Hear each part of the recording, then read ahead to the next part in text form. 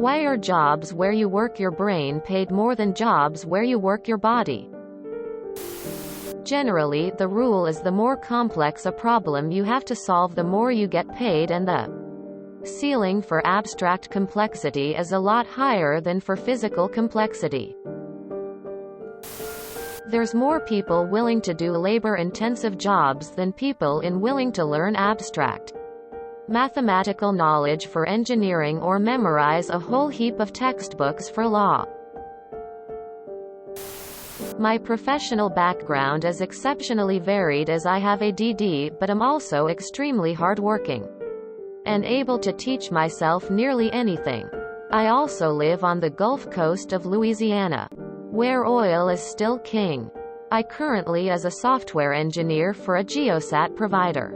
Previously, I have worked under cranes as a rigger, as forklift driver, as a warehouseman, a restaurant manager, mutual funds analyst for a major bank, fuelman, pumping diesel to marine vessels dockside, shorebase coordinator, and retail manager. And I have no degree. The only correlation I have found across 4 industries is that pay is based on scarcity. The number of people smart enough to properly fuel a vessel is really high. Pretty close to the level of people who can make a pizza or flip a burger. Which is why it pays roughly the same amount. The number of people smart enough to manage a warehouse is about as large as the number of people smart enough to manage a warehouse. But since being a warehouseman also requires the physical strength to pick up 100 pounds and the motor coordination to drive a forklift, the job paid me about 33% more than managing a restaurant. The number of people capable of being a shorebase coordinator is smaller than the number of people capable of being a software developer. And I made more working shorebases than I do writing code, by about 25%. So, I don't think that the dichotomy is what it may appear to be. It comes down to supply and demand. It doesn't take much time or money to educate a body to the point it can do a job. Educating a brain takes ages and costs a fortune. Brain usually carries more responsibility. Physical work is easy to replace because everyone can do it. Brain work is more limited because it takes more time to study, and not everyone shares the same memory, but everyone has a body. Pay most often comes down to how replaceable your role is. Highly specialized knowledge is hard to come by, as is expertise in making decisions that entail not only the success of a company but the jobs of people employed by that company. Not that CEOs always deserve the sheer level of pay that the board elects to give them. You get paid based on how replaceable you are. There are less people willing to use their brain than people willing to use their body. Because anyone can do physical labor if they want to, unless they have a physical disability preventing them. Not everyone is intelligent enough to do jobs that require your brain. And you can't teach intelligence to stupid people, so companies are prepared to pay for it when they find it. When you talking manual labor, what you talking about? Plumbers, electricians, plasterers, bricklayers, roofers, flooring. To be fair, as long as you're not just a grunt, there is some really high-paying jobs in labor. Because knowledge is power. Not everyone has the mental skills to do a specific job. It takes experience and training. Anyone can do physical labor. It all comes down to demand. Niche skill sets equals more pay. Source: I'm an engineer. Supply and demand, my friend. The overwhelming majority of people fall into the average intelligence group. The higher the IQ, the less people there are in that group. But there are a great deal of people with strong working bodies for labor. Because the skills are harder to acquire and thus rarer. Picture this. You are 18. Just graduated school. Many have to work and many won't go to higher education for many reasons. Because you don't have a degree. What do you do most of the time? Physical or semi-physical labor. The nature of physical work is that you can do it at whatever age you want. But working a job that requires a degree is not like that.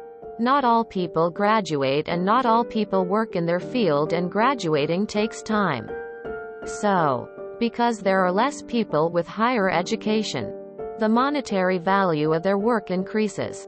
If there is a workplace where there are many who want the same job, managers can choose to just simply give the job to someone who would do it for less. And that's exactly what happens. It is easier to train a body than to train a brain for complex fields where you need to know a lot. We lock jobs where you work with your mind away behind required degrees. Additionally, the unnaturally created boom in manufacturing jobs post-World War II due to US bombing. Everyone else went away. Couple that with technology making those jobs cheaper means education is prized. The way I explain it is, in say 1985 you had 4 people with no degrees assembling cars for $50,000 each. Now you have one guy with a bachelor's in computer science overseeing 6 robots for $150,000 a year. Production goes up. Salary costs go down. 3 jobs are eliminated and the one left is locked behind a degree. What was blue-collar work with your hands became white-collar work with your brain. That's just my thoughts though. I'm a financial analyst, not an economist.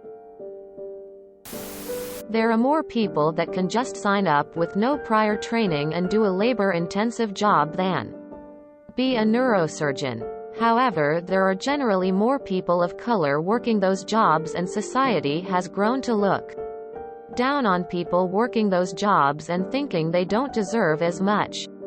To conclude, they should get paid more, but people that have to spend years learning a skill will always get paid even more. Unless it is very, very special cases. Because it's the you work your brain people who decide who gets paid what. The question focuses on jobs. So it excludes the value related to capitalism, investing money, etc. It boils down to hireable qualified workers, pool size, and added value for the company. A physical job value is very limited in the space-time. The value is created while the job is being done. An object is built. A good is transported, etc. A brain job value is virtually not limited to a specific space-time. Value is created for as long as the result of the job.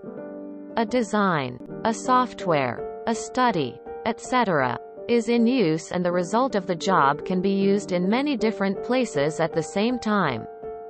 Pretty much any able-bodied person can do a physical job. Pure physical strength is not a predominant requirement thanks to machinery and tools. They usually don't require hundreds of hours of practice and constant knowledge updates to keep performing. Once you know how to build a wall, you'll know how to do it for the rest of your life. Some new tools or new ways might be invented during your lifetime, maybe once or twice. Brain jobs sit at the opposite. They require extensive training and practice, constant knowledge updates, and most people who spend their careers in their field will have to relearn a good portion of their job several times. The latter is especially true in IT, but not only. The brain jobs workforce is smaller. It requires better trained people, so the jobs usually pay better. But things are evolving. Thanks to tooling, machinery, and automation, many physical jobs will slowly evolve to entry-level brain jobs. For instance, there's no point in hiring people to move boxes in a warehouse when machines can do it better, faster, cheaper, and all day long. So the worker jobs will slowly evolve to machine operators. But that brings the issue of the job pool size. What to do with the actual people whose jobs will be replaced? Someone who moves boxes for a living will most likely not become a software engineer or a robot engineer. Robots maintenance does not require one person per robot.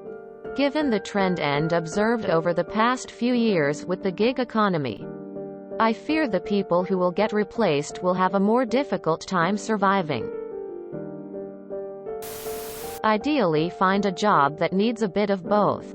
Lots of trades jobs will outpay a good number of thinking jobs. If you enjoyed this video, please check out our playlists full of similar content. TooAfraidToAsk is like doom scrolling for your ears. Please like, share, and subscribe.